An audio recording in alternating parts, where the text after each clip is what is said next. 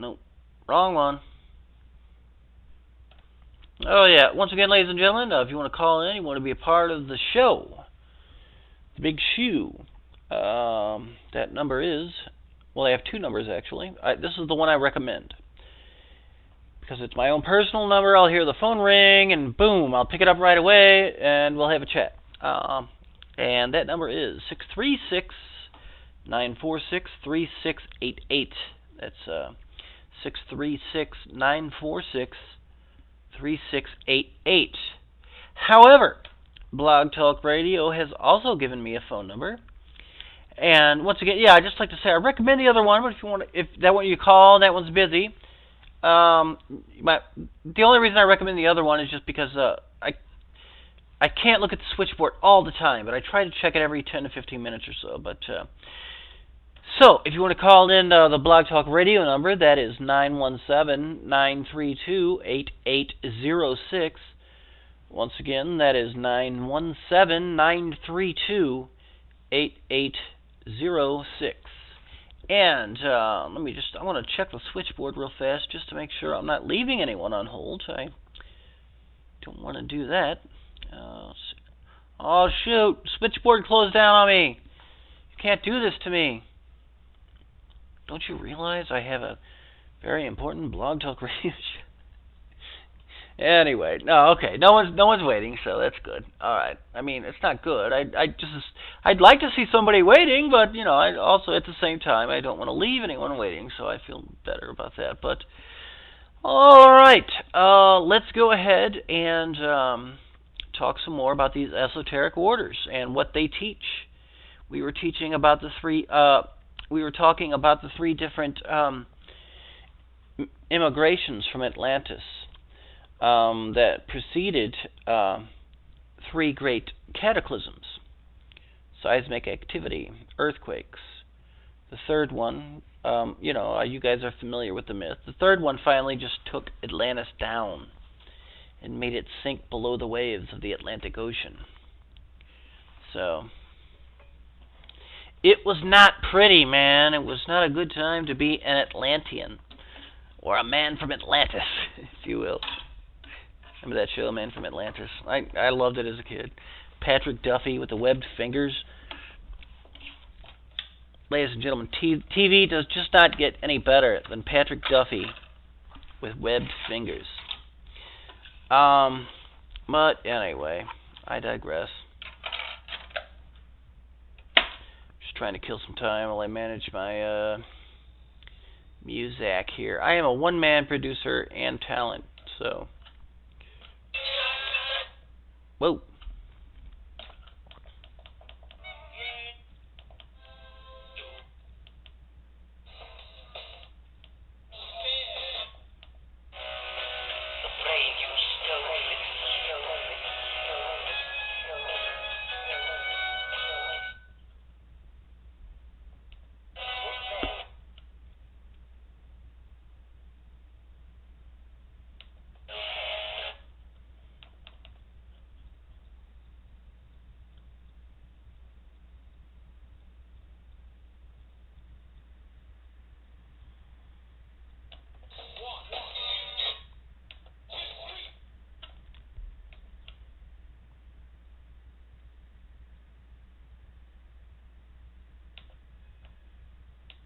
All right, I'm sorry, ladies and gentlemen. I know there was dead air there. I had to straighten this thing out, but it is straightened out, and now we are ready to go.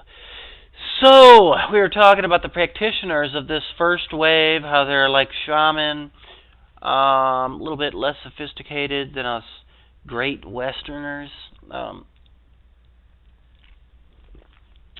the second tradition was more along the line of wisdom-oriented schools, such as are in the Himalayas.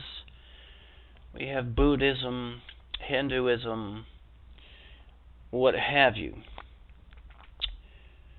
So,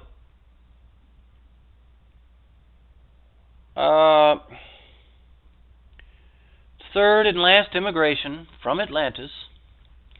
This is where schools of Western esotericism spring from.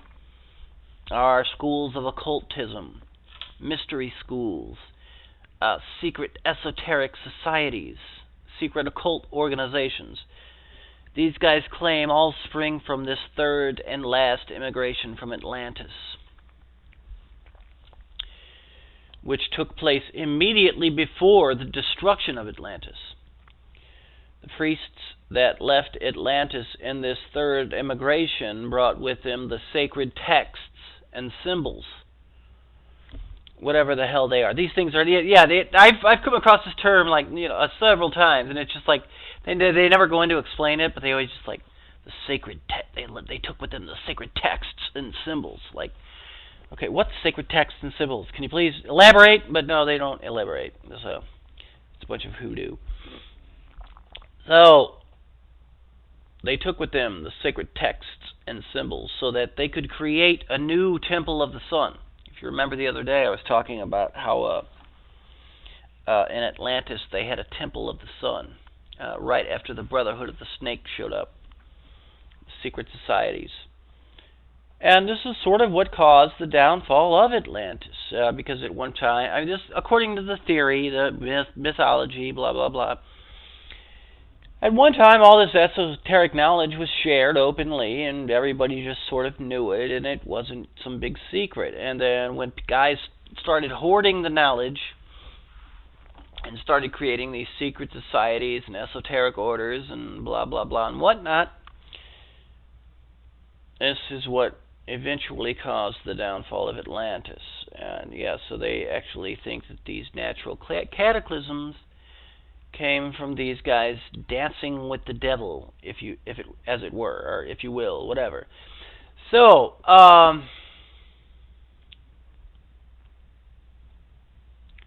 they bring the sacred texts and symbols so that they can create a new temple of the sun in their immigrations. And in this third and final immigration, this is where they are ruled by the power of the love aspect of the Logos, brotherly love. Like I mentioned before, the first tradition was more along the lines of just accumulating power, like a king or a monarchy or a mob boss, what have you, that kind of thing. And then after you accumulate power, it's more like, you just want to, once all your enemies are vanquished, the crops, and you have power over the elements so that, you can control agriculture and whatnot, you start seeking wisdom. You start reading books and that kind of thing. And then after you seek so much wisdom, it's like you don't want to be totally hard of heart and narrow-minded, so you start considering such things as brotherly love and compassion and that kind of thing to balance out the cold hard facts you learn.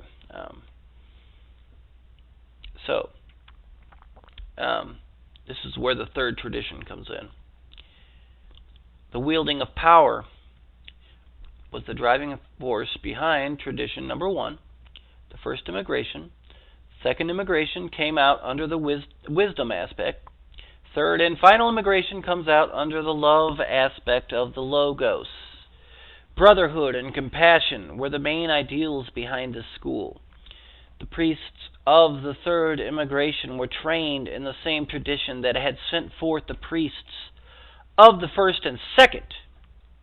However, these priests possessed the secret wisdom of both these traditions and the third tradition.